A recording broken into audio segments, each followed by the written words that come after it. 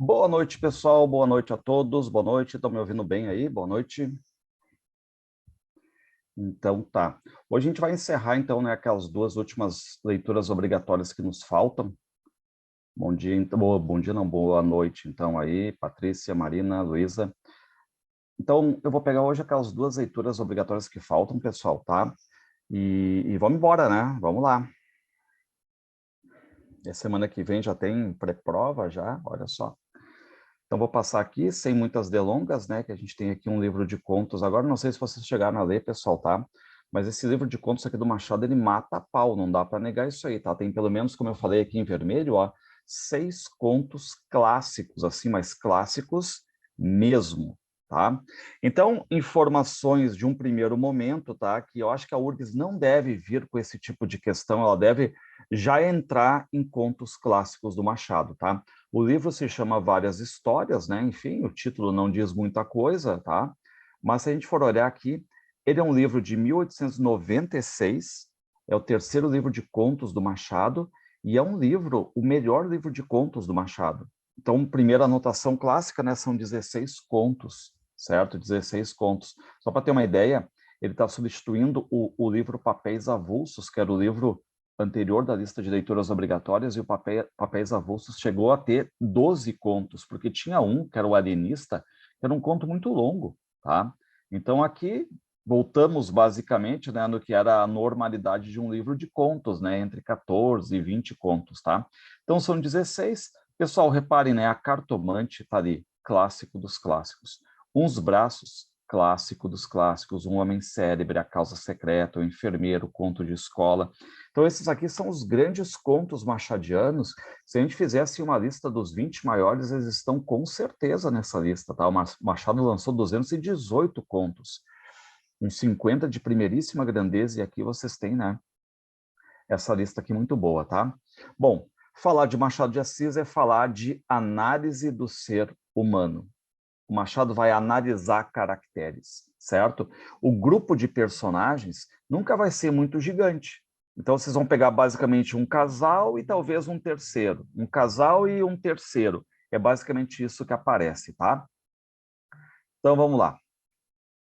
Pessoal, qualquer dúvida aí, vocês prendam o grito, tá? Esse conto aqui, ele é muito conhecido, é muito legal, tá? Porque, assim, é a cartomante. E o Machado já mostrava todo o lado dele, irônico, também aquele lado cético, de não ficar acreditando, né?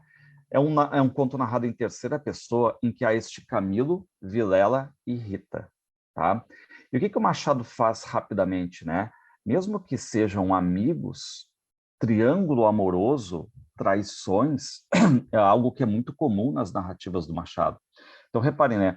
O Camilo tem o Vilela, que é casado com a Rita, certo? O que vai acontecer? São amigos, tá? Camilo e Vilela. Aí o que acontece? Ficam muito, muito, muito próximos, e o Camilo vai ficando próximo da Rita, a Rita próxima do Camilo. O que vai acontecer aqui? Vai ter uma traição, tá? Deixa eu pegar minha canetinha aqui. Deixa eu pegar minha canetinha aqui. Aqui, então, Vilela, né? O Vilela é casado com a Rita, tá? Aqui, certo? Casado com a Rita. E o que vai acontecer? O Camilo entra aí na jogada e acaba traindo o amigo dele, tá? Então, vocês têm aqui um triângulo amoroso, certo?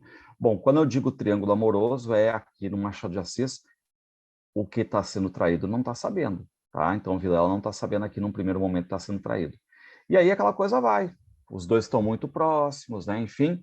Só que o seguinte, um dia, porém, recebeu Camilo uma carta anônima que lhe chamava imoral e pérfido e dizia que a aventura, a traição era sabida de todos.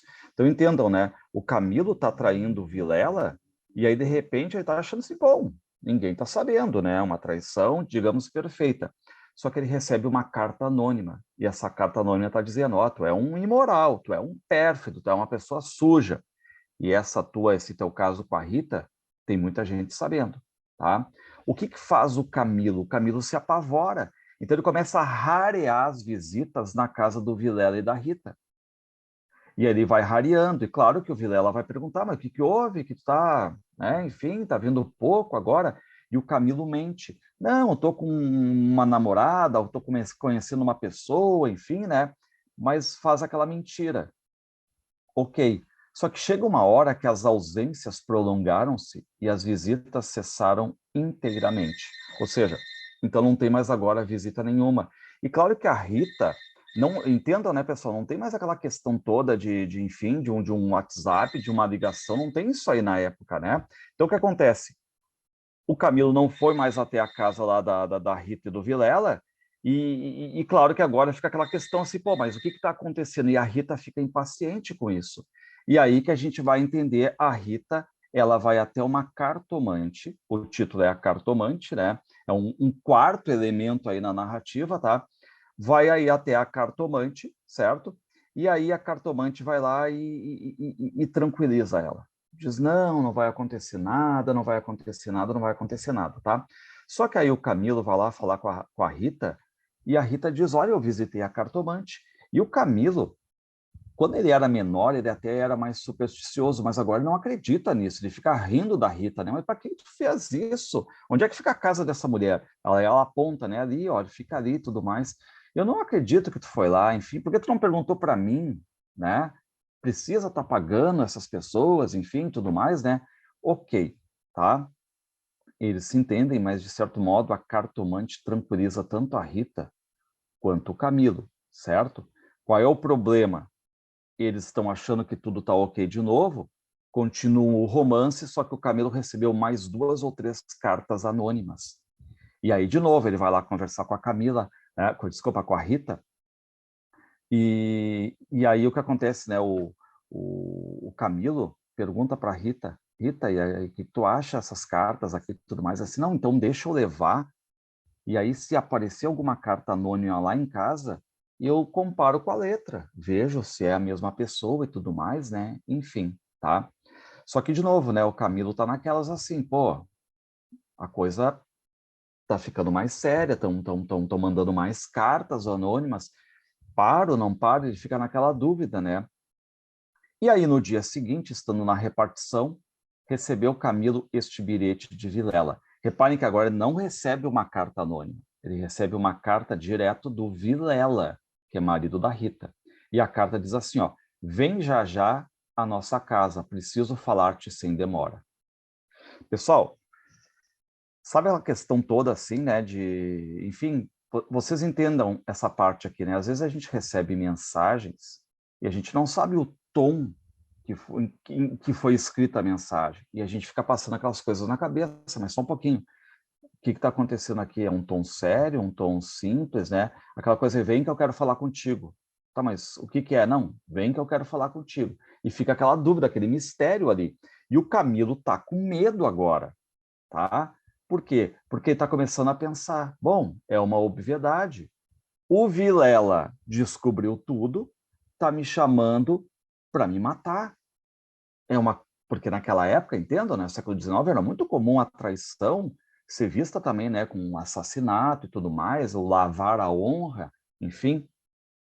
Bom, o que vai acontecer? O Camilo pega um tilbury, tá? Tilbury é aquelas carruagens, é tipo um táxi da época, tá? Só que é a cavalo. E ele está indo. E ele está pensando naquela carta, né? Vem já já, preciso falar-te sem demora. Ah, será que é coisa séria? Será que ele descobriu? Ou pode ser só uma coisa simples, vem cá, eu quero conversar contigo e tudo mais. Mas por que ele não marcou no escritório? Por que marcou na casa dele? E aí aquelas coisas assim, até que tem um obstáculo na faixa e o Tilbury tem que parar. E quando o Tilbury para, o que vai acontecer? O Camilo, ele vê que a casa da cartomante está ali na frente. E fica aquela pontinha de curiosidade. Vou lá ou não vou? Reparem que ele tinha folgado, ironizado a Rita pelo fato da Rita ter ido lá. E agora ele está ali, com um pepino na mão, né? Enfim, não está sabendo o que está querendo dizer aquele bilhete do Vilela, e ele resolve dizer para o cocheiro, para o taxista ali, né, da época, ele diz assim, ó, me espera aqui, que eu vou ali naquela casa, em 10 minutos eu estou de volta. Ele desce, entra lá na casa da cartomante, e aí a cartomante, claro que vê ele tremendo de medo, tá? E aí ela pergunta, né? Vejo que te traz uma coisa séria aqui. Mas reparem que não tem como não ver, né? Ele está tremendo de medo. E ele diz sim. Ah, e o senhor quer saber o que vai acontecer? E aí reparem que ele diz assim, sim, acontecer comigo e com ela. Então, o Camilo, na hora que ele está conversando com a cartomante, ele já dá spoilers da vida dele, tá? Ele já está abrindo, né? E aí a cartomante pega as cartas e tudo mais, né? Olha, vou te tranquilizar, tá? Vocês não têm problema nenhum, nem para ti, nem para ela, tá? Porque o terceiro não sabe de nada. Pessoal, o Camilo fica com aquela coisa e tira o peso das costas. Só que detalhe, ele não acreditava em cartomante, agora está ali feliz, porque ela está dizendo que não vai acontecer nada, para ele tranquilo. E só para ter uma ideia, vamos supor que a consulta da cartomante fosse, sei lá, R$ 50, ele vai lá e dá 250, ele dá 5 vezes mais o preço. E aí, o que diz a cartomante? Pô, vejo que ela vale bastante para o senhor, hein? Mas vá tranquilo, rapaz apaixonado. Ele desce da cartomante, feliz da vida, entra no Tilbury, chega até a casa do Vilela, e quando ele chega na casa do Vilela, pessoal, o final é bem rápido, tá? Porque ele diz assim, ó, bom, o que eu tenho que temer? Em verdade, ela, a cartomante, adivinhar o objeto da consulta, o estado dele, a existência de um terceiro, por que não adivinharia o resto? Então ele passa a confiar na cartomante aqui, tá? De novo, ele ironizou a Rita pelo fato de ela ter ido até a cartomante. E aí o que vai acontecer? Reparem, né? Ele entra na casa do Vilela, entrando, o Camilo não pôde sufocar um grito de terror. Ao fundo, sobre o canapé, estava a Rita morta ensanguentada. Vilela pegou o Camilo pela gola e com 2 tiros de revólver estirou-o morto no chão. Então, o que eu quero que vocês cuidem aqui, pessoal, tá? O quanto a superstição ela fica, né, entranhada na nossa vida. O quanto às vezes a gente não quer ver a verdade. Porque se vocês pararem para pensar, o Camilo ele já tinha feito todo na cabeça assim, pô, o Vilela descobriu, mandando cartas anônimas. Essa carta que ele mandou vem já já à nossa casa, eu vou chegar lá, vou encontrar a Rita morta e ele vai me matar também. Reparem que, de forma realista, ele previu tudo. Mas aí, no meio do caminho, ele passa na cartomante, que ele não acreditava nela, né? E aí a cartomante vai lá, tranquiliza ele, e ele vai lá, tranquilo, entra lá e acaba realmente morrendo, né? Enfim, então o que ele conta, assim, que o Machado mostra um pouco dessa ironia dentro dessa questão toda envolvendo aí, pessoal, tá? As superstições, enfim, né? Esse mundo aí das adivinhações também, tá? Bom, uns braços aqui, o que vai acontecer? Um conto narrado em terceira pessoa, e nós temos assim, ó, o Inácio, ele é um guri de 15 anos, um adolescente de 15 anos, tá? E o que acontece? Ele vai lá morar na casa do solicitador Borges. Solicitador é aquele cara assim que ele tem uma parte burocrática, ele ajuda o pessoal do direito, ele facilita as coisas, é um facilitador, de certo modo, né? Então o Inácio vai morar na casa desse Borges, que é casado aqui com a dona Severina, tá? O Borges é casado com essa mulher aqui, a dona Severina. Só que esse adolescente aqui, o Inácio, ele está trabalhando como se fosse assim, um office boy. Eu não sei se se chama hoje em dia assim, né? Enfim, qual foi o nome da profissão que virou, mas é aquele que está levando documentos, ajudando o Borges aqui. Só que vai acontecer? O guri, o Inácio, o adolescente Inácio, ele está sempre com a cabeça no mundo da lua. Ele erra advogados, erra papelada, ele entra num lugar para entrar no outro. Então, assim, o mundo dele está muito ruim. Ele está sendo assim um mau adolescente trabalhador. E claro, quando ele chega em casa, o solicitador, o Borges aqui, mas olha, fala um monte de coisa para ele, né? Inácio estremeceu ouvindo os gritos do solicitador, debaixo de uma trovoada de nomes, né? Então, assim, ó, o que faz o Borges, né? Até o malandro, cabeça de vento, estúpido, maluco, pô, presta atenção nas coisas, né? Enfim, tá? Tu dorme e ninguém consegue te acordar, tem que te acordar a pauladas, né? Enfim, então fica esse clima todo de tensão aqui. E a gente pode perguntar, mas por que então esse adolescente, o Inácio, não sai dali? Porque, pessoal, ele se apaixonou pelos braços da dona Severina, tá? Pelos braços da dona Severina. Lembrando que, claro, a gente está mergulhando agora no século XIX, né, pessoal? as mulheres traziam os braços, por exemplo, né, com as mangas aqui, cabelo preso, tá? Se vocês lembrarem quem leu Dom Casmurro, o Bentinho chega a uma hora e briga com a Capitu, porque a Capitu vai a um baile com os braços de fora, tá? Então, o que vai acontecer? Esse adolescente Inácio, ele não sai dali, não pede para sair da casa. Por quê?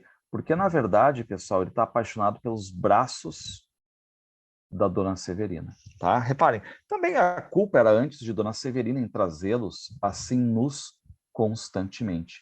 Então, o que acontece? Como ele tem 3 refeições, café da manhã, o almoço e a janta, é nessas 3 refeições que ele para.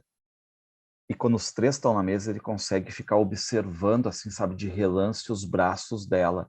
Então, é aquele menino que deixa o café demorar, ele chega a tomar o café frio, só para ter o gosto de ver os braços da Dona Severina, certo? Só que é o seguinte, né? A Dona Severina, se o Borges não está se ligando nisso, a Dona Severina se ligou, tá? Ó, Dona Severina percebeu que sim, que era amada e temida, um amor adolescente e virgem.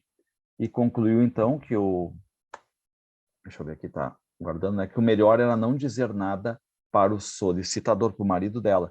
Então ela pensa, né? Pô, se eu falar alguma coisa, ele vai mandar ele embora. Então, deixa assim, né? Deixa assim, deixa quieto, tá? Bom, e aí, de novo, né? Para acordar ele, tem que acordar quase a pauladas, é a mesma coisa. O Inácio está no mundo da lua, erra casas, troca papéis. Quando ele chega em casa, é a mesma coisa. Tu é um cabeça de vento, é um malandro, tu é um estúpido. E ele fica ali, pessoal, pelos braços da Dona Severina, certo? Pelos braços da Dona Severina. Bom, o que vai acontecer agora? Tá? É aqui que vocês vão ter que cuidar, pessoal. Tá? O que vai acontecer é o seguinte: ele pega, ele vai para o quarto, tá? Ele vai para o quarto. Ele pega um livro, ele deita na rede, ele pega um romance para ler. E todas as mulheres dos romances lembram a Dona Severina. Entendeu? Ele é apaixonado pela Dona Severina, uma mulher de 27 anos, ele tem 15. É apaixonado por ela, tá? Pelos braços. E o que vai acontecer? Ele está lá lendo, lendo, evocando a Dona Severina, e de repente o livro cai e ele pega no sono. E ele tem um sono profundo, né? E ele começa a sonhar, pessoal, sonhar com a Dona Severina. Só que, ao mesmo tempo, reparem, a Dona Severina, ao descobrir que ele gostava dela, reparem, desde madrugada que a figura do mocinho andava diante dos olhos de Dona Severina como uma tentação diabólica. Por quê? Porque na noite anterior ela sonhou com ele. E aí, reparem, ele está na rede, no quarto, deitado, dormindo, sonhando com a Dona Severina. A Dona Severina está na sala, o marido dela sai e ela está lá com aquela tentação, como diz o texto, tentação diabólica. Ela entra no quarto, vê ele deitado na rede, tá? Aí o que ele faz? Ela faz, pessoal, ela se inclina e dá um beijo na boca dele de verdade, certo? Enquanto que, ao mesmo tempo, ele está sonhando que está beijando a Dona Severina. Então, vocês entendam, ela está inclinando e está dando um beijo de verdade nele. E ele está sonhando que está dando um beijo nela. Quem é que deu o beijo ativamente foi ela. Quem é que deu o beijo, como é que eu posso dizer para vocês assim, conscientemente, foi ela. Ele está lá parado, nem está sabendo disso, mas no sonho dele ele está beijando ela, tá? Bom, o que vai acontecer? Depois que ela dá o beijo, pessoal, ela fica com aquela vergonha, ela vai lá para a sala e aquela coisa toda, né? No jantar, o guri, o adolescente nasce, ele demora para acordar, e porque ela ficou pensando, vai que ele esteja se fazendo que está dormindo. Mas ela não tem tanta certeza e tal, né? E aí, quando acontece, reparem, né? Aqui o sonho coincidiu com a realidade. E as mesmas bocas uniram-se na imaginação, por parte do Inácio, e fora dela, na realidade, por parte da Dona Severina, tá? Muito bem. Só que, de novo, bateu uma vergonha nela, uma vergonha. E aí, na hora da janta, o Inácio vem com aquele sonho na cabeça, assim, que ele beijou a Dona Severina. Ele está de novo no mundo da lua. Só que ele senta lá para comer e quando ele olha para os braços da Dona Severina, ela está com os braços, ela veio com um chale que está cobrindo os braços. Só que a cabeça dele está tão no sonho que ele beijou a Dona Severina que ele não reparou que Dona Severina tinha um chale que lhe cobria os braços. O que vai acontecer? Chega segunda-feira, a Dona Severina está com chale. Aí ele não entende, ué. Chega na terça, está com chale de novo. Na quarta também, pumba, e na quinta chega o solicitador Borges e diz, ó, Inácio, a gente não precisa mais dos teus serviços, volta lá para o teu pai, tá? E aí o Inácio fica perguntando, mas o que eu fiz, será? Será que eu passei do ponto? Será que eu fiz alguma coisa? Não estou me lembrando de nada, certo? E aí, ok. Ele vai lá querer se despedir da Dona Severina, diz, ela está com dor de cabeça, não pode, tá? Bom, resumo da história, pessoal.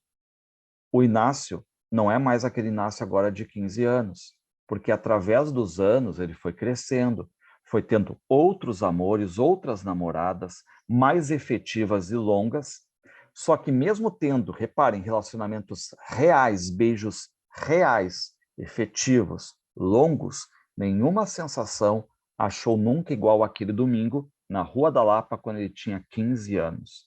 E ele mesmo exclama às vezes sem, olha o que diz o narrador, sem saber que se engana. E o que ele exclama feliz, né? E foi só um sonho, e foi só um sonho, e foi tão bom. Mal sabia ele que não foi sonho só, foi também realidade por parte dela, tá? Então, o que eu quero que vocês cuidem aqui é sempre o final, pessoal, certo? A dizer, por exemplo, a URGS vier com uma questão que ele estava se fingindo, que ele abriu os olhos, que ele foi realidade com realidade. Não, ele estava sonhando, e por parte dela, realidade, tá? Tranquilos aqui, pessoal? Tranquilo até então? Sim, Sônia, aham. Então tá, vamos lá.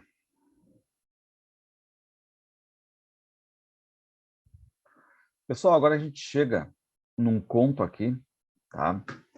Que é outro clássico do Machado de Assis, que é Um Homem Célebre. E aqui o Machado vai trabalhar um dos grandes temas, que é exatamente o tema da aparência e o tema da essência. O quanto o ser humano ele está na vida para querer ter aparência, a preocupação com a autoimagem, com a aparência, com o ser, tá? Então o título se chama Um Homem Célebre, um homem famoso, um homem conhecido, um homem notório, né? Uma celebridade aqui, célebre de celebridade, tá? E o nome do personagem é o Pestana, certo? Esse Pestana, pessoal, ele é um tocador de polcas. Entendam, ele vai para o piano e toca polcas. Ele faz polcas, as polcas estouram no mercado. Naquela época não tinha gravação, tá? É bom lembrar isso, pessoal, tá? Não tinha gravação. Mas o que que fazia? Tu começava a tocar músicas em festas e músicas tuas, músicas próprias, certo? E aí tu fazia, elas colocava na partitura e tu vendia em banca. Então os músicos ganhavam vendendo as suas partituras em banca, por exemplo, tá? E aqui nós temos, não tinha máquina de xerox, copy, enfim, aquela coisa toda, né? Então se vendia muito nessa época essa questão toda da partitura. E o personagem aqui é o Pestana. Ele é um homem que tem um talento de fazer polcas, compor polcas. E ele compõe, o editor paga para ele, o editor coloca o título que o editor quer, e a polca faz um sucesso. Pessoal, ela faz tanto sucesso que o Pestano, quando sai na rua, ele ouve em outros saraus as pessoas tocando a música dele. Ele caminha e as pessoas estão assobiando a polca dele, tá? Então ele é um homem célebre na polca. Mas qual é o detalhe? A polca é um gênero mais popular. Então ele meio que está indignado com ele mesmo. Por quê? Porque ele queria tocar uma música, compor uma música clássica, uma música que ficasse eternizada, uma música de reconhecido talento. Só que os dedos dele parecem que só vão exatamente para tocar polca. Então, entre a polca e a música que vai ficar eternizada, a gente sabe que tem uma grande diferença, tá? Então, reparem, ele é um compositor famoso de polca, sim, ele é um homem célebre, sim, mas ele está rejeitando esse sucesso de polca, tá? Tanto é que quando abre o livro, a gente está num sarau. Ele foi convidado para o aniversário da Viúva Camargo, então ele está lá no sarau e tudo mais, e de repente alguém vai lá a sinhazinha moto, uma menina vai lá, né, uma adolescente, vai lá assim, o senhor, só me desculpe, mas o senhor é o senhor Pestana? Aí disse, sim, sou eu. Eu não acredito, o senhor é o senhor Pestana e tudo mais, famoso compositor. E ao invés de ele ficar feliz com a tietagem, de certo modo, né, de um fã ali, ele já fica meio emburrado, porque, me reconheceram aqui, né? Por quê? Porque ele não queria ser um famoso tocador de polca, ele quer ser um famoso músico de música eterna, clássica, um Beethoven, um Mozart, por exemplo, né? Mas dos dedos dele, pessoal, só sai polca, polca e polca, tá? E aí, o que que acontece? Ele está lá nesse sarau da Viúva Camargo e alguém chega nele e diz, ô Pestana, tu poderia ir ao piano tocar uma das suas famosas polcas, Não Bula Comigo, Nhonhô? E aqui, pessoal, eu quero que vocês atentem também, tá? Porque assim, ó, o Pestana compõe uma polca, só que ele não dá o título. Quem dá o título é o editor. E o que que o editor decide? Que o título ele deve ser algo que não tenha nada a ver. Por exemplo, não bula comigo, não zomba comigo em nhonhô. Ou alguma coisa a referência do dia. Ó, sei lá, saiu uma nova lei. Larga o nome da lei. Saiu agora um crime. Larga o nome do crime no título, tá? Então, é aquilo que era do dia ou apenas palavras jogadas assim ao ar, tá? E é claro que o título, pessoal, o título ele deixa também a polca muito para baixo, né? Não bula comigo, nhonhô. O que tem de poético aqui? Não tem nada, né? Tá? Reparem, tinha sido publicada 20 dias antes e não havia recanto da cidade do Rio de Janeiro em que não fosse conhecida, chegando à consagração do assobio e da cantarola noturna. E, pessoal, ele sai dali, ele diz assim, eu tô com dor de cabeça e tudo mais, e o pessoal, não, mas fica aqui, e diz, não, não, e ele vai embora, tá? Reparem que ele vai cabisbaixo. E aí, de novo, ele está passando num outro sarau, na rua, e ele ouve que tem um outro músico com clarinete tocando exatamente a música dele. E ele não fica ali para ouvir nada disso, né? Ele quer passar bem longe. E quando está chegando perto da casa dele, ele ouve duas pessoas assobiando a polca dele. Então, reparem, né? Como ele falou, a consagração da cantarola noturna e a consagração do assobio. E ele chega em casa, ele mora numa casa, ele tem um criado, e aí o narrador, né, em terceira pessoa, é bem irônico, e diz assim, essa casa aí ele ganhou de herança de um padre, que dizem as más línguas que era o pai do próprio Pestana. Mas, enfim, são más línguas, né? Só que aí, pessoal, quando ele vai para a sala, ele abre a sala, tá o piano, e ele olha, tem pelo menos uns 9 quadros ali de compositores famosos. Reparem, Cimarossa, Mozart, Beethoven, Gluck, Bach, Schumann. E aí o que que ele diz? Que estas fotos dos grandes compositores da música universal eram objetos de adoração dele e o piano era o altar. Só que aí o que que ele faz, pessoal, tá?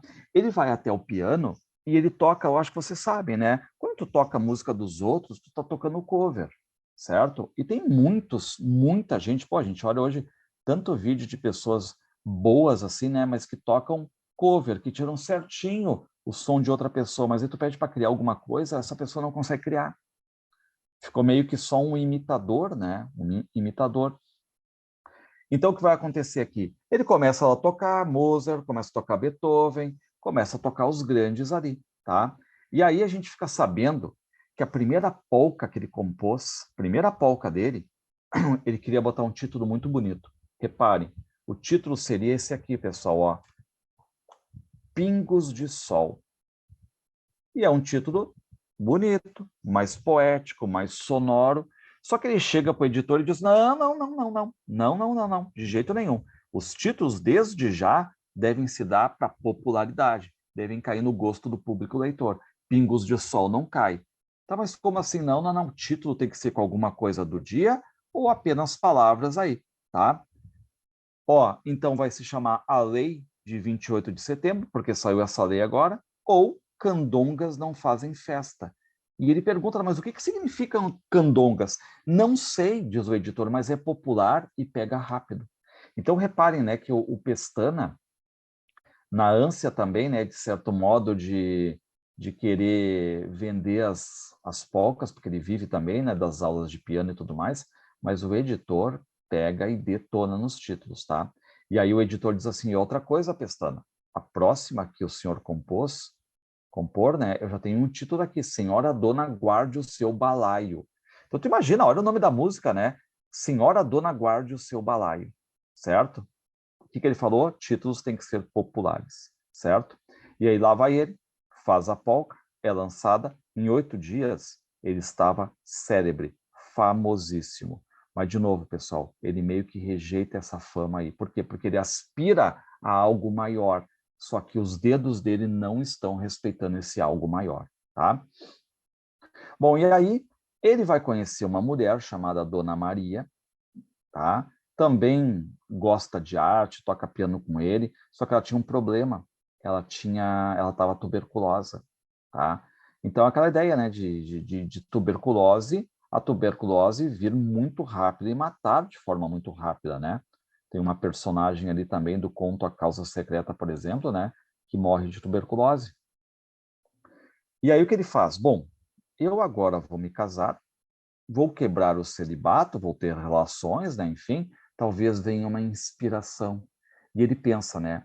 Eu vou compor um noturno, que é uma composição com temas mais noturnos, né? Enfim, chamada Ave Maria. Olha o título já bonitinho ali, Ave Maria, para homenagear o meu casamento.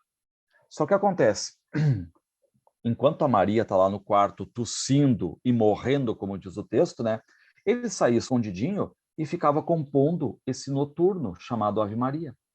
Só que aí chega uma hora que ele diz assim, ô Maria, vem cá, olha o que eu fiz aqui. E ele começa a tocar. Só que ela diz assim, ó, ela também tocava com ele, ela conhece música, né? Ela diz assim, toca de novo. Aí ele vai lá e toca. Isso aí é Chopin, não é? E ela pega do piano e começa a tocar Chopin. Ou seja, pessoal, ele não conseguiu criar um noturno. Apenas veio no inconsciente dele aqueles trechos ali de um Chopin, tá? E aí ele fica muito mal com isso. Ele quer se matar, né? Meu Deus do céu e tudo mais. E reparem, ele ia andando alucinado, mortificado. Eu quero que vocês guardem esse trecho, né? Eterna peteca entre a ambição e a vocação. Qual é a ambição dele? Compor uma música eterna aos moldes de Mozart, Beethoven. Essa é a ambição. Qual é a vocação dele? Apenas e tão somente compor polcas. Parece que os dedos só compõem polcas, tá? Dona Maria, a esposa dele, morre, realmente, e ele pensa, eu vou compor um requiem, certo? Aquela música fúnebre, para ser tocado no primeiro ano de morte dela. Requiem também é algo mais clássico. Só que, pessoal, vem o primeiro ano de morte, de aniversário de morte dela, e ele não consegue terminar o Requiem. Tanto é que ele acabou fazendo uma missa rezada e ponto final, tá? E aí ele ficou naquela, né? Pô, eu não tenho como brigar, dos meus dedos só saem polcas, não adianta, né? E reparem agora, ó, a fama do Pestana, por ser um homem célebre tocador de polcas, dera a ele definitivamente o primeiro lugar, deixa eu marcar aqui, ó, o primeiro lugar entre os compositores de polca. Mas o primeiro lugar da aldeia não contentava este César, que continuava a preferir não o segundo, mas o 100º em Roma. Ou seja, entendam aqui, né? Ali no Rio de Janeiro, em comparação com o mundo, é uma aldeia. Pequenininho, em comparação com o mundo. Mas ele é o primeiro lugar no Rio de Janeiro. Só que ele está rejeitando esse primeiro lugar. E ele está dizendo, eu não quero ser o primeiro em Roma, o primeiro no mundo. Mas eu posso até trocar esse primeiro lugar do Rio de Janeiro pelo 100º em Roma, 100º no mundo, certo? Mas, de novo, pessoal, ele não consegue, tá? Ele não consegue. E aí, ele fica mal, para de compor, e aí até o editor vai lá, pô, olha só, já faz algum tempo que a tua esposa faleceu e tu não tá mais compondo nada, enfim, né? Mas esquece um pouco esse luto, mas na verdade não é pelo luto, ele não quer mais compor porque ele tá mal com ele mesmo, pessoal, certo? E aí o que ele faz, quando ele tá doente, ele chama o editor e diz, ó, vou te deixar uma polca aqui, e aí mostra um pouco a instabilidade da época do poder político, né? O editor diz, olha, os conservadores estão para subir ao poder aí, então, quem sabe, eu já tenho até um título de ocasião aí, né? E aí o Pestana diz, ó, então já vou deixar 2 polcas, uma para quando os conservadores subirem, outra para quando os liberais subirem, tá? E aí o Pestana acaba falecendo, pessoal, reparem, às 4 horas e 5 minutos, bem com os homens, porque ele não brigou com ninguém, todo mundo gostava dele, paparicava ele, mas mal consigo mesmo, certo? Mal consigo mesmo. Então, aquela coisa toda, né? Vamos pensar assim, eu sempre chamo atenção aqui pro guri de Uruguaiana, não sei se vocês já ouviram falar do guri de Uruguaiana, né? Ele foi convidado aquela vez para fazer o Zorra Total, e basicamente o que ele falou, né? Eu prefiro ser aqui o primeiro da aldeia, aqui se destaque no Rio Grande do Sul, a ser, por exemplo, lá o 100º no país. Então, eu fico bem com o meu sucesso aqui, me dou bem com o meu sucesso aqui apenas na aldeia. Ele seria o contrário do que a gente chama o Pestana aqui, né? Bom, pessoal, esse conto aqui, quem leu, né, sabe que ele é terrível, A Causa Secreta, tá? Aqui é a história do Fortunato e do Garcia, que são amigos, tá? E aí esse Garcia aqui, reparem, né, esse Garcia aqui, ele é um cara que analisa as pessoas. Ele analisa as pessoas, tá? Então, ele faz a análise das pessoas. E o Fortunato, a gente vai saber que o Fortunato tem uma causa secreta que só vai ser revelada porque o Garcia analisa as pessoas, certo? Pessoal, o Fortunato, ele tem o prazer de ver o sofrimento das pessoas. Ele ama ver o sofrimento das pessoas. Se alguém estiver morrendo, ele fica olhando com prazer aquilo ali. Se alguém está chorando, ele fica olhando com prazer aquilo ali. Ele tem algo meio patológico, assim, de doença, uma causa secreta, que ele tem um prazer de ver o sofrimento dos outros. E quem está nos revelando isso é o Garcia, o amigo dele, tá? O Garcia diz que um dia viu ele no teatro vendo uma tragédia e ele estava interessado assim na tragédia, no que estava sendo encenado ali. Terminou a tragédia, começou uma comédia, ele picou e saiu fora. Aí teve um cara lá que apanhou de um grupo de capoeira, está todo ensanguentado, e o Fortunato está ali olhando para o cara, olhando assim, né, com prazer. O cara está ali chorando, o cara está gemendo de dor e o Fortunato está ali olhando com prazer. E um dia o Garcia brinca com o Fortunato, tá? O Fortunato acaba se casando então, né, com uma mulher aqui, a Maria Luísa, tá? Então vou puxar para cá, né? O Fortunato acaba se casando com a Maria Luísa. E um dia de brincadeira, o Garcia diz assim, ó, bah, a gente podia fundar uma casa de saúde, né? E o Fortunato na hora diz, eu topo, eu quero, tá? E aí se funda uma casa de saúde, pessoal. Mas o que o Fortunato faz? O Fortunato fica ali, nessa casa de saúde, vendo o sofrimento dos outros. Ele começa lá pelas tantas a envenenar gatos, cães, matar, só para ouvir o cachorro chorando, o gato miando, chorando ali, pessoal, tá? Então entendam, Fortunato meteu-se a estudar anatomia e fisiologia e ocupava-se nas horas vagas, reparem, né? Em rasgar e envenenar cães. Pô, chega uma hora que a Maria Luísa, a esposa, diz assim, Garcia, tu é amigo dele, por favor, pede para ele parar, né? Pede para parar. E aí, realmente, né, o Fortunato acaba parando em tese, tá? Porque o Fortunato, o que ele vai fazer, pessoal? Ele liga um negocinho, né, de fogo, ele pega um rato e começa a chamuscar o rato no fogo, só por maldade. Pega uma tesoura e corta uma pata do rato, larga ele no fogo, levanta, corta a outra pata do rato, larga no fogo. E aí o Garcia entra neste momento. Reparem, no momento em que o Garcia entrou, Fortunato cortava ao rato uma das patas. Em seguida desceu o infeliz até a chama, até o fogo, rápido para não matá-lo. Reparem que ele não quer que o rato morra. Ele quer fazer com que ele sofra, porque ele tem o prazer de ver o seu sofrimento alheio, né? E dispôs-se a fazer mesmo a terceira, pois já havia lhe cortado a primeira pata. Garcia estacou horrorizado. O Garcia chega e se mata de uma vez, isso aí, né? Até que ele faz, ele corta todas as patas do rato, queima, não contente, corta o focinho do rato, queima e larga ele morto, ensanguentado ali, tá?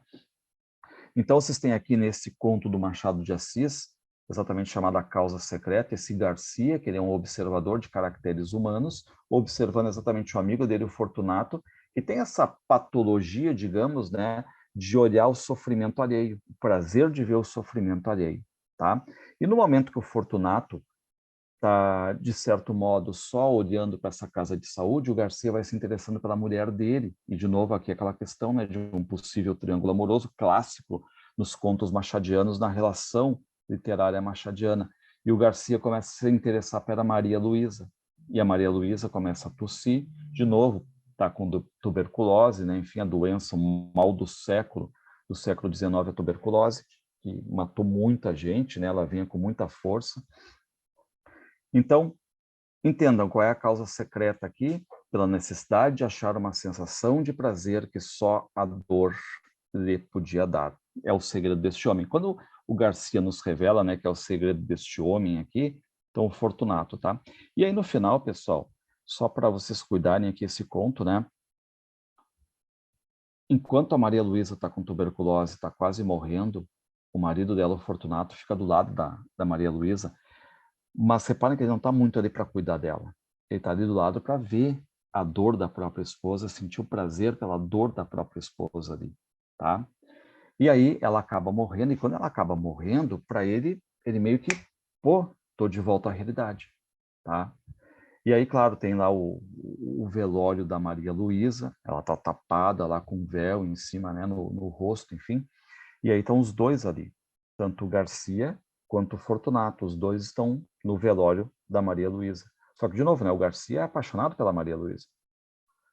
E aí o Fortunato está mal, está cansado, o Garcia diz, ô Fortunato, vai lá deitar. O Fortunato vai lá e deita. Só que enquanto isso, passa o tempo, o Garcia fica inclinado, olhando a Maria Luísa, tá? Até que, entretanto, o Garcia inclinou-se ainda para beijar outra vez o cadáver. O Garcia vai lá, tira o lenço e beija a Maria Luísa. Na testa primeiro, né?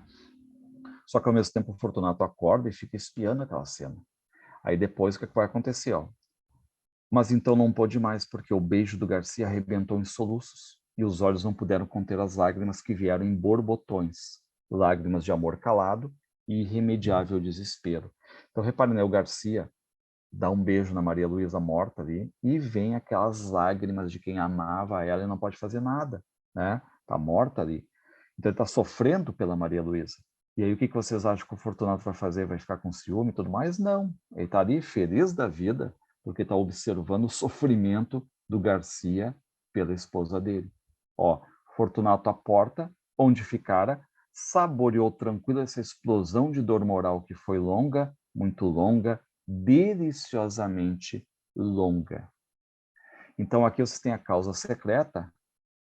Garcia, um analista de caracteres humanos, que nos revela então qual é a causa, o segredo desse homem, a enorme sensação de prazer que ele tem observando a dor alheia, certo? Bom, vamos fazer aqui o nosso intervalinho, pessoal, e daqui a pouco a gente volta, né? Daqui a 15 minutinhos a gente volta.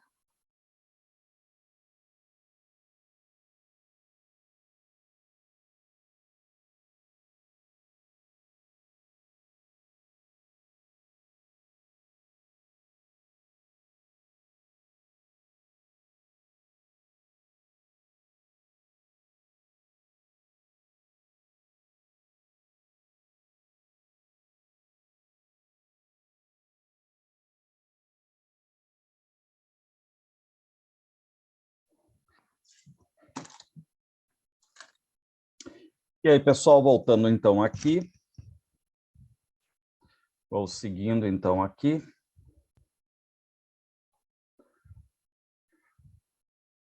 Bom, o Machado de Assis gosta de trabalhar essas questões também éticas, princípios, enfim. Então, o que vai acontecer aqui? Nós temos um narrador chamado Procópio, que ele vai nos contar, então, algo que aconteceu com ele, só que ele só permite que isso seja contado após a morte dele. Então, o que a gente já infere? Estamos lendo uma página, uma história da vida do Procópio, e ele já está morto, tá? Enfim, o Procópio ele vai dizer que foi convidado para ser enfermeiro de um terrível chamado Coronel Felisberto, tá? Reparem, ó, chegando à vila, eu tive más notícias do coronel. Era homem insuportável. gastava mais enfermeiros do que remédios. A 2 dos enfermeiros ele quebrou a cara. Então o Procópio chega para ser enfermeiro desse terrível coronel Felisberto, vai ganhar bem, tá? Vai ganhar bem. Mas é o seguinte, ele já fica sabendo de antemão que esse coronel é terrível. Começa a dar bengalada, ofende, chama de tudo quanto é coisa. Mas ok, ele vai lá, tá? Pessoal, durante uma semana é uma lua de mel. Só para vocês terem uma ideia, tá? Uma lua de mel. O que acontece? O coronel trata o Procópio muito bem, não tem problema nenhum com ele e tudo mais, né? O problema é depois de uma semana, começam os desaforos, os palavrões, as ofensas e tudo mais, né? E o que faz o Procópio? O Procópio diz, não, não vou ficar aqui de jeito nenhum, tô indo embora. Só que aí, quando ele ameaça ir embora, deixar o coronel Felisberto, o coronel chega e diz assim, ó, Procópio, eu estou na dependura, dizia-me ele à noite. Eu não posso viver muito tempo. Estou aqui, estou na cova. Você há de ir ao meu enterro, Procópio. Por favor, me desculpa o que eu fiz e tudo mais, né? Eu tô mal. Aí o Procópio diz, então tá. Pô, então tá. Mas baixa a bola. E aí o que vai acontecer? Passado um tempo, voltava de novo às ofensas. O que o Procópio vai dizer? Ah, eu era burro, eu era camelo, eu era pedaço de asno, idiota, moleirão, eu era tudo, tá? E aí o que vai acontecer é que um dia ele vê o coronel trazendo um tabelião e fazendo o testamento. E mesmo assim, né, o tabelião sai quase a bengaladas dali, o coronel batendo no tabelião, mas ele faz o testamento, certo? Bom, aí de novo, né, chega a hora do remédio, e o que faz o Procópio? O Procópio ele pega e ficou de acordar o coronel meia-noite, e o coronel está deitado. Só que é o seguinte, o Procópio começa a ler e, pumba, cai no sono. E aí, de repente, o coronel acorda, indignado, ele pega uma moringa, já viu aquela moringa, assim, né, onde tu botava água, na época? Ele pega a moringa e arremessa na cara do Procópio. Acabou por lançar mão da moringa e arremessá-la contra mim. Não tive tempo de desviar-me. A moringa bateu-me na face esquerda.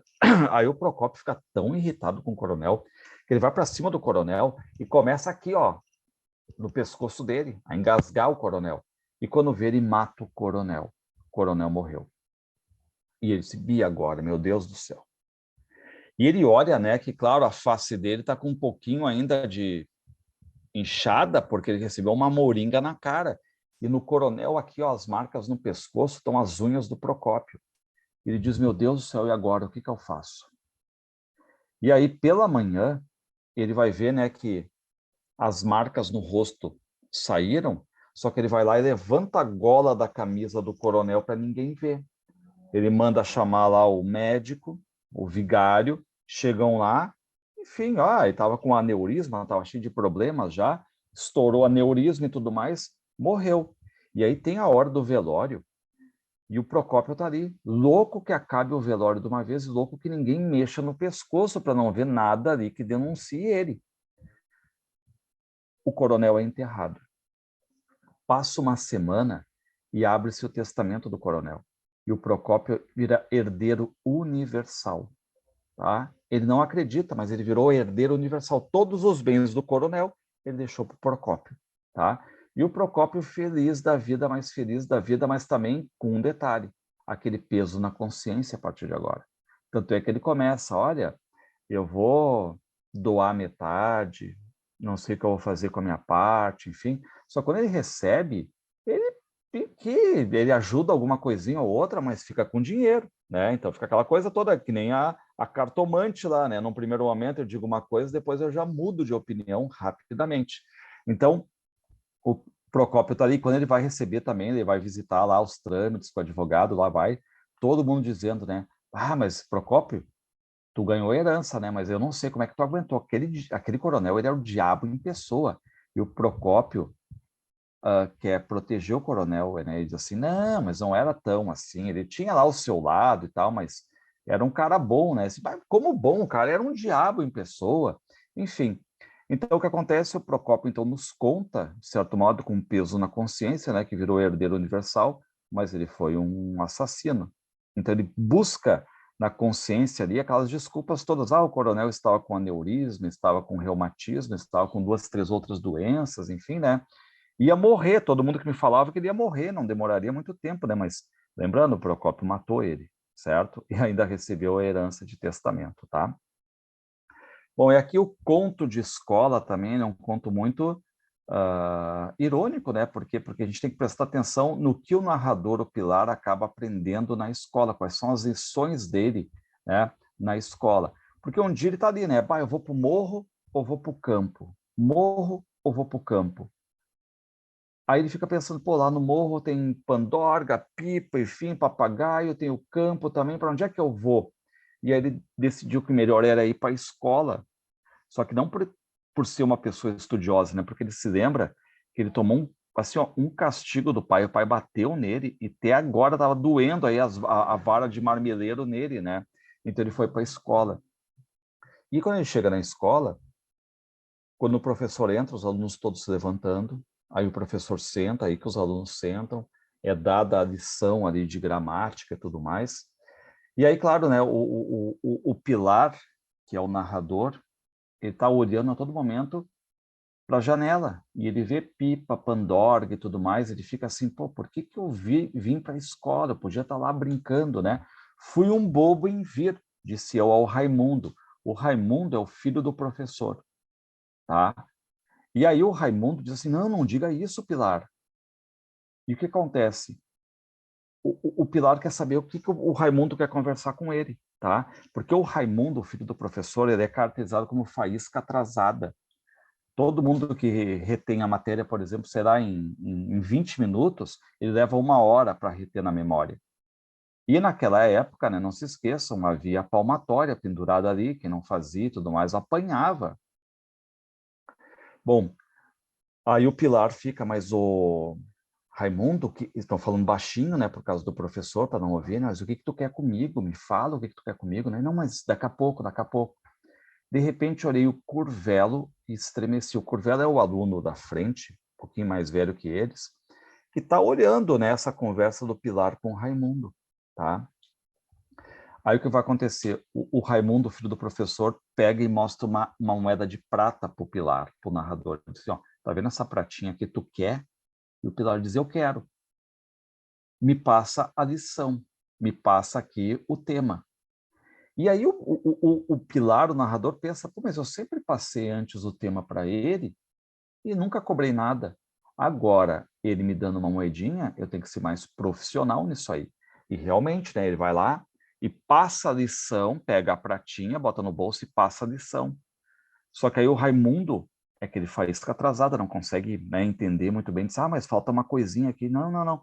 Até que aquele outro aluno, o Curvelo, que estava olhando os dois, vai lá e dedura os dois para o professor. Aí o professor fica uma fera, né? Chama os dois, o Pilar, o narrador e o filho dele, né? Então o senhor recebe dinheiro para ensinar lições aos outros? Dê cá a moeda. E aí o professor pega a moeda e joga pela janela. Dê cá a mão. E aí pega a mão, pega a palmatória e dá lá 12 bolos, né? Como era chamado o castigo, tá? Pega o filho dele e bate também no filho. Bom, aí é legal, né? Porque o Pilar promete que vai matar o Curvelo na saída. E aí ele pensa, bate, sai da aula, mas ele disse, eu vou deixar o Curvelo tomar uma dianteira para não bater nele aqui numa rua próxima da escola, vou pegar ele mais à frente. Só que o acontecer é que o Curvelo some do mato. E aí o Pilar disse, pô, vou pegar ele de tarde na escola. De tarde, o Curvelo faltou à escola, tá? Bom, aí o narrador chega em casa, ele tem que mentir para a mãe e tudo mais, né? Enfim, porque que ele apanhou na escola e tal. Mas o que ele pensa, né? No outro dia, o professor jogou a moedinha pela janela. Eu vou chegar amanhã, no outro dia, né? Bem cedo, e vou ser o primeiro a achar essa moeda, tá? Aí quando ele sai, a mãe diz assim, ó, tá ganhando calças amarelas, filho. Não é para sujá-las. E aí o que ele faz? Ele sai para ir em direção à escola, por exemplo, mas aí passa uma companhia do batalhão de fuzileiros tocando tambor e ele, vou junto com eles. E vai junto com eles. Esquece escola, esquece moeda e vai junto com eles. Detalhe, não poderia sujar as calças amarelas novas que ele ganhou da mãe. ele suja toda ela, né? E aí repara que ele vai dizer como é que ele termina: eu não fui à escola, acompanhei os fuzileiros, depois enfiei pela Rua da Saúde, né? E acabei amanhã na Praia da Gamboa. Voltei para casa com as calças enxovalhadas, todas sujas, sem a pratinha no bolso, mas agora que fica o do conto, né? Qual é a ideia do conto? E contudo a pratinha era bonita, mas foram eles, Raimundo e Curvelo, que me deram o primeiro conhecimento na escola. Qual foi o primeiro conhecimento que ele tem da escola aqui? Um me deu o conhecimento da corrupção, que foi o filho do professor pagar por um ensinamento. E outro me ensinou a delação, que foi o Curvelo, que falou para o professor o que estava acontecendo, né? Enfim, então, qual é a ideia? Ironicamente, a escola que era para ter aqui o conhecimento, né? Qual foi a lição que o Pilar tem ganha da escola, né? Conhecimento da corrupção e conhecimento da delação, certo? Bom, aqui a gente chega, então, para encerrar essas nossas leituras obrigatórias aqui, pessoal, a gente chega, então, na Sofia de Mello Breiner Andressen, que é uma poetisa portuguesa, já falecida em 2004. Ela vai estrear na prova da URGS. Nós temos um problemão aqui, né? Porque a URGS selecionou um livro chamado Coral e Outros Poemas, que é uma seleção, uma antologia dos melhores poemas dela, dos 14 livros dela. Então, só para ter uma ideia, são mais de 400 poemas, tá? Então, é muito poema, muito poema. E como é que a gente ajeita esta coisa aí, né? A gente tem que pegar as características dela, porque aí não importa o poema que cair, a gente vai saber as características, tá? Então, entendam, né? É a seleção dos melhores poemas de 14 livros dela. Então, por isso que nós temos 412 poemas, se não me engano, tá? Então, assim, ó, às vezes não, a maioria dos alunos que forem para a prova da URGS não vão ler. Ó, estou para dizer que talvez caiba nos dedos aquele que vai ler todos os 412 poemas, tá? Então, a maioria vai sem ler. Mas o que eu tenho que guardar as características dela, certo? Ela começa nos primeiros, basicamente, 5 livros a falar muito sobre mar. Ela nasceu no Porto, apaixonada pelo mar, fala muito do mundo helênico, do mundo grego. Ela leu Homero, a inspiração dela é Homero, inspiração nos mitos gregos, no mar, na natureza. Lembra um pouco a Cecília Meirelles, tá? Então ela tem essa ligação aqui, né, com a natureza, com o mar. O mar é o tema que vai perpassar todos os 14 livros dela, só para você ter uma ideia. Ela nunca vai deixar de falar sobre o mar. O que mais? O mundo grego, a influência dos clássicos gregos, a influência dos poetas tradicionais portugueses, como, por exemplo, Camões e Fernando Pessoa, tá? Ela gosta de fazer aquele âmbito de comparação entre natureza e cidade, em que a cidade seria algo de corrompimento, né? E a natureza seria algo de encontro com a harmonia, com o equilíbrio. Ela, apesar de estar ali, começando o primeiro livro dela de 44, e ela morreu em 2004, então, se a gente for pensar assim, são 60 anos de produção poética dela, tá? Ela não se filiou a nenhuma escola literária, a nenhum movimento, a nenhuma corrente, a nenhum modismo, tá? Porque até no momento que ela está escrevendo, já nem tem mais escolas literárias. Mas entendam, né? A gente tem que olhar uma produção poética de 60 anos, de mais de 400 poemas, vamos supor, ela lançou uns 1000. A seleção foi feita em torno de 40% da obra dela, tá? Então, a gente tem que pegar as características. A primeira característica dela é mar. Lembrando, mar. Segunda grande característica, mundo grego. Tá? O que mais? Terceira grande característica. E aí tem a ver muito com o tempo em Portugal, porque vocês sabem que Portugal viveu uma ditadura, o Estado Novo, né, do Salazar, de 33 a 74. Então, foram 40 anos de ditadura portuguesa. Enquanto em 74 eles estavam lá saindo da ditadura, o Brasil tinha 10 anos já de ditadura. Então, o Estado Novo, ela se casou com Francisco de Souza Tavares, que era um jornalista totalmente anti-Salazar, foi preso constantemente, só para ter uma ideia. E aí, a partir dele, ela começa a fazer muito poema mais social. Então, vai ter uma guinada na vida dela, em que a poesia começa a ter esse fundo mais social, esse fundo mais engajado, esse fundo mais de contestação do que a gente chama, né, do período da época ali, de Salazar, da ditadura. Tá? Então, o que vocês vão cuidar? A poesia dela, dos 5 primeiros livros, é uma poesia que os críticos batiam, chamavam de poesia alienada, poesia abstrata, o tema do mar perpassando a obra toda, tá? Só que a partir do livro 6º dela, que na ordem seria o 7º, né? Só que ela tem um livro que ela não conta ali, que ela imitou o estilo de João Cabral de Melo Neto, então o livro 6º era para ser o 7º, mas ela meio que renegou uma das obras dela, mas tá aí para vocês, né? Tem que ler essa obra também. Ela chama de livro 6º, e a partir dali é o livro que ela ganha prêmios, é o livro mais engajado dela, e a partir dali começa a ter o engajamento mais forte na poesia dela, tá? Então, essa luta aqui contra exatamente o que a gente chama assim de ditadura salazariana, tá? Bom, outro detalhe importante. Ela tinha uma capacidade de clonar estilos. Por exemplo, ela tem um soneto, A Maneira de Camões. Pessoal, é igual a Camões. Ela tem essa capacidade de clonar estilo. Ela vai lá e faz homenagem ao Ricardo Reis. Ela escreve igualzinho ao Ricardo Reis. Ela vai lá e faz homenagem ao nosso poeta João Cabral de Melo Neto. Ela escreve igualzinho ao João Cabral de Melo Neto. O que ela está fazendo? Ela está clonando o estilo, tá? Ela tem o estilo dela, mas quando necessitem fazer homenagens, ela clona o estilo. É impressionante. Bom, vamos para o primeiro poema aqui, tá? Que eu selecionei. Não selecionei tantos poemas, pessoal. Selecionei os mais importantes aqui que eu acho, tá? Com potencial de prova. Liberdade. Aqui nesta praia, reparem que ela já traz o conceito de liberdade em praia, em mar. Por quê? Porque ela amava, ela viajou várias vezes para a Grécia, amava a cultura grega, amava nadar, muito próxima de quintas, né, de estâncias ali. Então, ele diz, ó, aqui nesta praia, onde não há nenhum vestígio de impureza.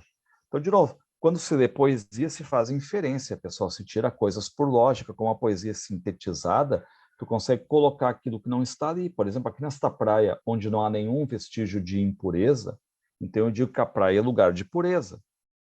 Aqui onde há somente ondas tombando ininterruptamente, ou seja, a natureza cíclica, sempre, né, em repetição, puro espaço e luz da unidade, aqui o tempo apaixonadamente encontra a própria liberdade. Então, qual é o conceito de liberdade? Não está na cidade. Está em contato com o mar, está em contato com as praias, está em contato com a natureza, tá? Então, isso aqui já serve para simplificar um pouco do que é a obra dela também. Aqui, reparem, ó, cidade. Falamos do mar, falamos da praia, agora vamos falar de cidade. Cidade, vírgula, rumor e vai e vem sem paz das ruas. Então, ela já caracteriza a cidade como, por exemplo, de forma negativa. É o vai e vem, a agitação sem paz das ruas. Ó vida suja, hostil, inutilmente gasta. Então, reparem como é que é caracterizada a vida aqui, né? Desculpa, a cidade, com palavras de sentido negativo. O campo semântico é negativo. É sem paz, suja, hostil e gasta. São palavras de cunho negativo aqui, tá? Agora ela vai trazer o outro lado, ó, saber que existe o mar e as praias nuas, montanhas sem nome, planícies mais vastas que o mais vasto desejo. E eu estou em ti, cidade fechada, e apenas vejo os muros e as paredes, e não vejo nem o crescer do mar, nem o mudar das luas. Então, reparem que ela está ali como se fosse encaixotada na cidade, fechada, emparedada na cidade, e entre muros, entre paredes, ela não consegue ver a natureza. Tá? Então, essa é uma tendência de início da poesia aqui, que a gente chama da nossa Sofia de Mello. Ou seja, olhar para a natureza, falar bem da natureza, falar bem do mar, falar bem das praias, das ondas, do movimento cíclico, certo? E aí tu vai pensar, tá, mas ela era uma mulher que vivia sempre, sempre na natureza? Não, ela tinha o mundo dela, ela estudou em Lisboa, enfim, então teve que ir para a cidade grande. E aí, na cidade grande, que ela olha uma cidade fechada em si, vê paredes, vê muros, não vê vida nesse lugar. O título ali é Cidade, não se esqueçam, né? Bom, aqui ela tem um título chamado Marinheiro Sem Mar. Olha só que título, né? Marinheiro Sem Mar. Longe o marinheiro, então, no mar, né? Longe o marinheiro tem uma serena praia de mãos puras. Ou seja, quando ele está, o marinheiro, ele está no mar, ele está feliz, ele está no seu habitat, digamos assim. Longe, ele tem uma serena praia de mãos puras. Mas, perdido na cidade, caminha nas obscuras ruas da cidade sem piedade, porque o seu caminho foi perdido. Ele morrerá sem mar, sem navios, sem rumo distante, sem mastros esguios, morrerá entre paredes cinzentas. Então, entendam, né? Nesse começo de carreira dela, os temas são bem repetitivos, tá? É mar, aí tu sabe, mar, campo semântico positivo, liberdade, harmonia, equilíbrio, paz, perfeição. Aí compara com a cidade, sujeira, imperfeição, desarmonia, desequilíbrio. Enfim, ok, né? Quanto a isso aí. Aí, se ela está pensando aqui em falar do mar, ela tem poema, por exemplo, sobre o pirata, sobre náufrago, marinheiro sem mar, marinheiro real. Então, ela vai usando sempre Coral, por exemplo, o nome do título da obra dela é Coral e Outros Poemas. É um livro que ela lançou, né? O Coral, por exemplo. Então, essa temática, essa semântica é muito voltada para o mar. Aí veio a questão toda dos críticos. Olha, Sofia, tua poesia é bonita, é ritmada, muito bem, mas ela é meio alienada, meio fora da realidade que Portugal estava vivendo, por exemplo. Tu não fazer basicamente nenhuma concessão ao que estava acontecendo politicamente em Portugal, né? Um Estado novo, uma ditadura que durou 41 anos. E aí cuidar, né? Porque quando a gente está lendo lá o caderno de memórias coloniais, lembrando, né, que em 74 tem a Revolução dos Cravos em Portugal, que vai dar fim ao período ditatorial. Em 75, por exemplo, Angola, Moçambique ganham a sua independência. Isso está lá no caderno de memórias coloniais, que vocês têm que ler também. Tranquilos até aqui quanto à poesia dela?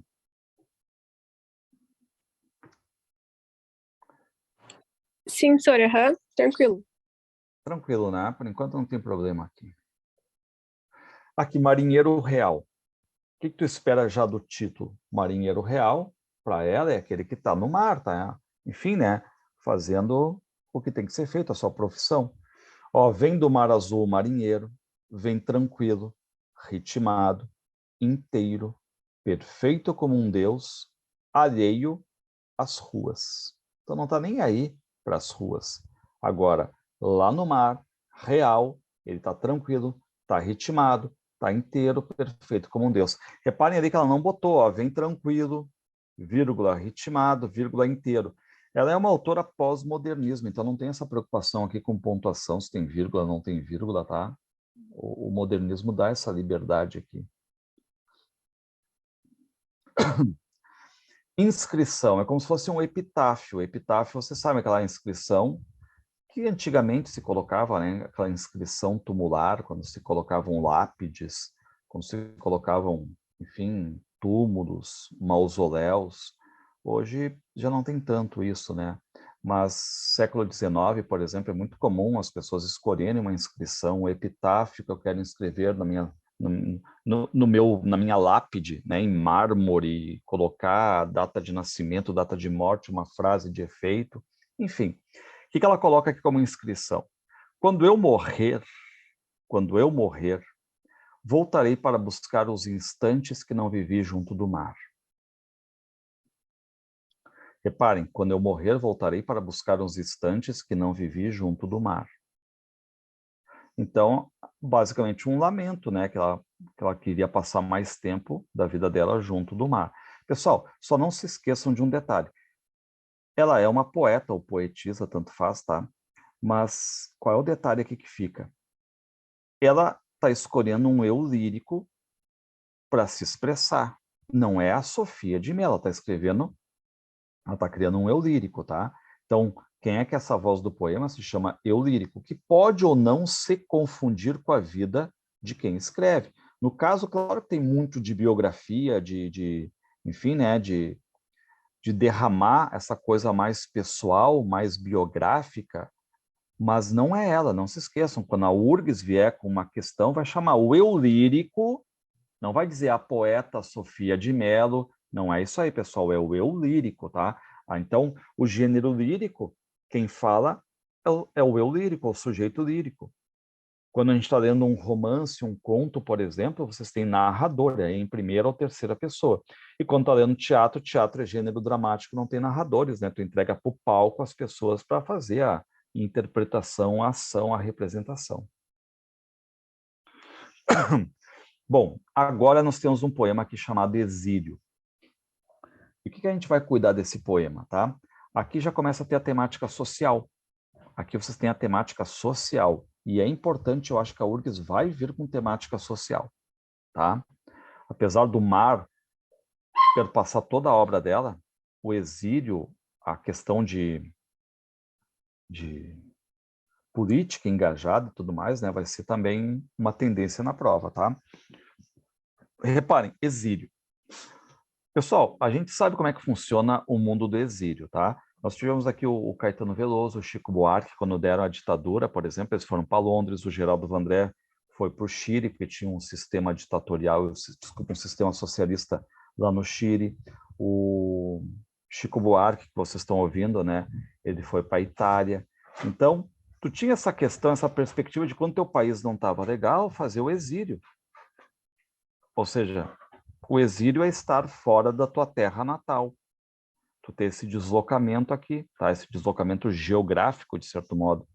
Então, nós tivemos isso na nossa música popular brasileira, o exílio. Nós tivemos uma canção de exílio conhecida por parte do Gonçalves Dias, né? Minha Terra Tem Palmeiras, onde canta o Sabiá. Lembrando que ele estava lá em Portugal estudando direito, mas com saudades da sua terra natal, que é o Brasil, e ele faz, então, o que a gente chama, né, de canção do exílio. Aqui ela está colocando o título como exílio.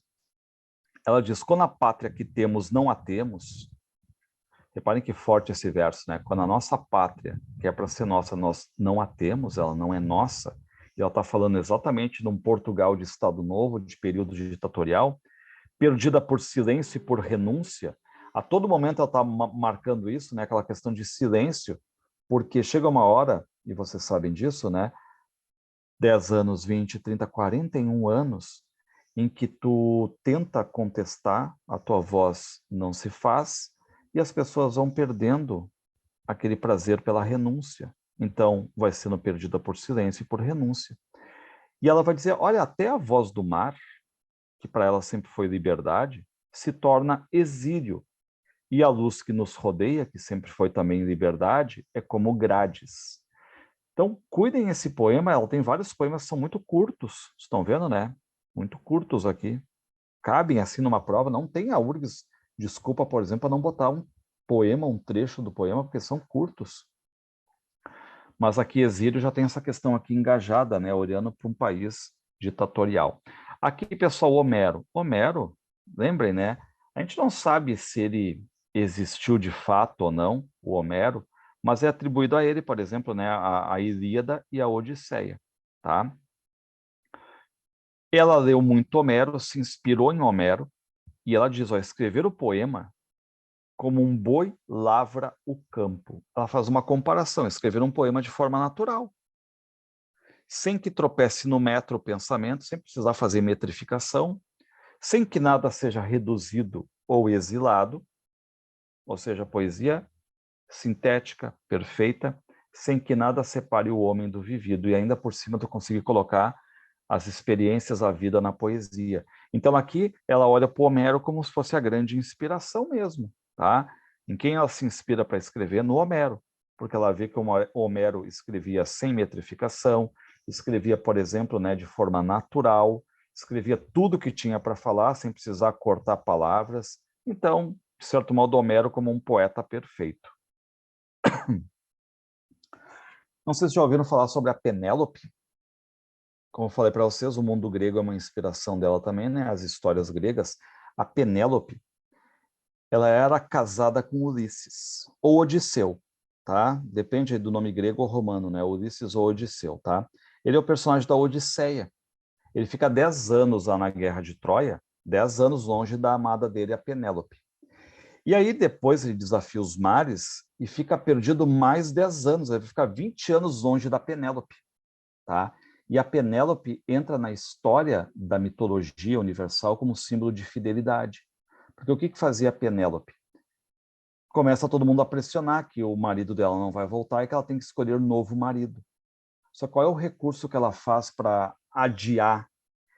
Ela pega, ela diz, então eu vou fazer o seguinte, eu vou tecer uma mortalha, um sudário para o meu marido Ulisses, e quando eu terminar, eu escolho o novo marido. Aí tá, todo mundo fica ali esperando, né? Enfim, aquela coisa toda. Mas qual é a tática dela para adiar? Ela pega, pessoal, e vai tecendo de dia, e à noite ela vai desfiando. Esse é o recurso que ela tem para ganhar tempo, tá? A Penélope, ela é considerada o símbolo de maior fidelidade da história aqui, tá? Então, o que ela faz? Reparem, para vocês entenderem o poema, né? O poema é curto, lindo, ó. Desfaço durante a noite o meu caminho. Tudo quanto teci não é verdade, mas é tempo para ocupar o tempo morto. E reparem que final bonito, né? E cada dia me afasto e cada noite me aproximo. Cada dia me afasto, porque de dia ela tece. Cada dia me afasto dele, porque se eu terminar, eu tenho que escolher um novo marido. E cada noite eu me aproximo dele. Por quê? Porque quando eu desfaço. Então aqui ela está trabalhando com um mito grego, né? Um mito conhecido, tá? Bom, esse poema aqui também, eu quero que vocês cuidem, é poema de Helena Lanari. É uma brasileira, mas é uma amiga da Sofia, eu não consegui referência quem é, tá? E vocês sabem como é que é a diferença da língua portuguesa brasileira para a língua portuguesa europeia portuguesa, tá? Então, os portugueses têm o jeito particular de falar, eles têm aquela queda, aquela, como é que eu posso dizer? Aquela amenizada na sílaba final. Então, eles não pronunciam a sílaba bem pronunciada final, né? Tanto é que os pronomes, por exemplo, aqui a gente fala que a nossa posição era muito mais proclítica, né? De próclise. O pronome a gente se me vê, me faz, me dá. Em Portugal é dá-me, mas aquele me miudinho que não se ouve, dá-me, faz-me. Então é bem caída essa pronúncia, tá? De forma que se tu ouvir um português falando rápido, muita coisa fica pelo caminho. Ao contrário da língua portuguesa, que ela é muito mais pausada, muito mais forte em cada sílaba. Então, reparem, ela faz um poema de homenagem aqui à língua portuguesa brasileira. Olha só.